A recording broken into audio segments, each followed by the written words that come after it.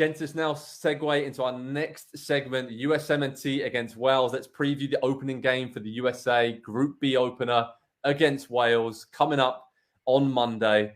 It's a huge game for both of these teams. I spoke to Ben Davis, the Tottenham Wales defender, ahead of this game and discussed the USMNT with him. He said, that we're not taking anything for granted. They're an extremely talented team. Obviously, he came up against Tyler Adams and Brendan Aronson recently when Tottenham beat Leeds, and was just sort of discussing with him the youth and the inexperience of the US team. I think many people see it as a negative, but it could actually be a positive, the fact they go in there with no fear and just kind of go at Wales. But again, he discussed how important this first game is for both teams, and both teams will be going into it saying we have to win this game to get out of this group, seeing that they have England and Iran to play after that. So, Nick Mendola, what are your thoughts, and who do you think are the favourites heading into this game between Wales and the USA?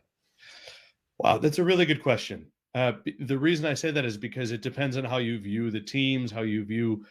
I've heard so many people say. I heard you say. I think in the first time we were speaking about this, did you say this is kind of a Premier League team when you look at Wales? And I think that's giving them a little bit more credit than they deserve. This is a championship team. It's a championship team, and Gareth Bale coming off the bench for LAFC, I'm sure he had a question about that. I think if MLS has come as far as we want, and if this U.S. program has come as far as we want, then it should be the U.S.'s favorites. And I think that we're already seeing tempered enthusiasm from around Greg Berhalter and the media, instead of embracing the role of, yes, listen, it's us against Wales, and this should be us. This should be Gio Reyna and Christian Pulisic and Weston McKennie, Champions League caliber players on Champions League caliber teams. You have to view yourself as the favorite. And while it's Greg Berhalter's job to talk up Wales and make sure they respect them, if they don't come in there with the swagger of the team that's expected to win, then they might as well walk out with an 0-3 record, because you have to win this game. And I've been looking at this team from the minute we knew they were going to qualify, which was even before they actually qualified. This has to be a win. And if they lose, I just think it's a failure. You can say what you want about them being green. You can say what you want about them being young.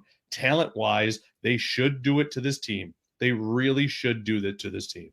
Andy, do you agree with that? And is a draw not the worst result in the world for both of these teams? Start off the World Cup, and then it's tough though, right? The way that the schedule was worked out for the US to play England second as well, and then have Iran last, and it might all come down to that final game against a very tough and defensively solid Iranian team. So what are your thoughts about this? Are the US favourites, like Nick said, or do you actually think Wales have got the upper hand?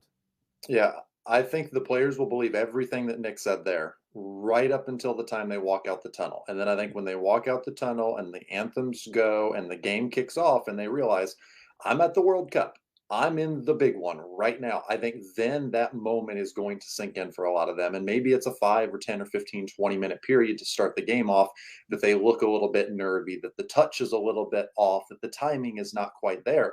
But they're going to have to figure that out on the fly. And that has not really been a strength of this team throughout World Cup qualifying, throughout the period leading up to the World Cup either. If they have started games slowly, they have not come out and made adjustments in the second half. They have not changed things too terribly much in game. They kind of come out with a fairly simple plan, straightforward, and that's going to be the plan from minute 1 to minute 90. So I do worry just a little bit also about Greg Berhalter on a stage like this, the managerial moves that are going to be required against a team like Wales, who are going to be very, very particular defensively, and you're going to have to really, really find ways to open them up. I don't know that the U.S. quite has that player in the player pool, let alone in the roster for the World Cup. And so, yeah, I worry. I worry a lot about this team going into the game against Wales, because I don't think a point is going to be enough, because you've got England next. You're probably looking at 1 point going into the final game of the group stage. And at that point, Wales might have 4. And so you have to have a win against Iran. You have to hope that England is not already fully qualified as group winners, and that they don't have, or that they cannot just take the game, unseriously. Like, there's a lot of factors that go into this that I think once it plays out in real life, we're going to say, man, maybe we were a little bit too hopeful for this team. Speaking as an Englishman, I think then playing Wales last, that you might think on paper, if England are already through, then they might rest a few players. They could still do that, but any game between England and Wales is still going to be an incredibly passionate and full throttle game. So I think maybe that's in the USA's favor a little bit that England play Wales last. And it just depends on kind of what's going on and the scenarios heading into that final game. For this game, I do think Wales will just sit back, soak up pressure, then look to the likes of Ramsey and Bale to add quality. And we talked about it a lot with this US team, right? Centre back is a big issue. But I did get a chance to catch up with Tim Ream recently after he got called up, and 35 years young, spoke to him about being the oldest player on this World Cup roster, and he had a good laugh and joke about that.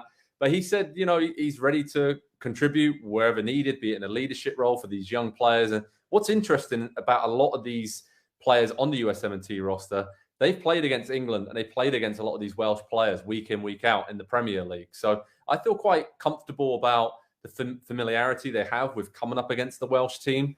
But I just think in some key areas, the US will need the likes of Tim Ream, Kenny Shackle, be it Bale, be it Kiefer Moore starting up there, a more physical presence. Wales like to sit back, but when they get forward, they get in the wide areas really well, whipping a lot of crosses. And from set-piece situations, they're going to be really dangerous as well. So that's what I'm a bit wary about with this Welsh team. Nick, anything else you think that really where this game is going to be won and lost between the US and Wales? Because the US obviously has some great attacking players, Aronson, Rayner, Pulisic. Can they get them on the ball enough at the right positions on the pitch to really hurt Wales? That's going to be the key for this game, surely. Yeah, I think this game is going to be won, not even lost. I think it's going to be won with Christian Pulisic. Because for me, taking a look at this, I think the United States is going to run the midfield. And that's no disrespect to Aaron Ramsey. I just think the speed, you'll have a bunch of players, whoever is starting for the U.S., because there isn't really a true center forward there. You'll have a lot of people dropping in deep. So who's going to take the guys 1v1? Not knowing whether Gio Reyna will start. If you told me that Reyna and Pulisic are going to start, I would tell you the interplay between those two will be how the U.S. win the game. But it has to be someone getting behind. And I just, the thing that's been haunting me as a U.S. fan, as someone who wants to see the U.S. do so well now, right away, because again, I think the bracket does shake out in a promising manner for them. It's going back to Christian Pulisic. I don't remember when it was. It was early in qualifying, and he basically said, we need ideas in the final third. We need to be told what to do. We need our progression. We need something more than me pulling out tricks and busting in through the back line. And if they fail to get out of the World Cup, it will be because of the final third. Yeah, absolutely. That's going to be key, isn't it? So, yeah, head over to Pro Soccer Talk on NBCSports.com for the latest news, preview, how to watch information. Across Telemundo and Peacock, you can obviously watch it on there, which is going to be huge during this World Cup. USMNT against Wales. What a huge Group B opener that will be for both teams. I think it's going to be some fireworks in Qatar, guys, because both teams are going to go out knowing if they get 3 points in this one, it's going to set them up really well to get into the last 16.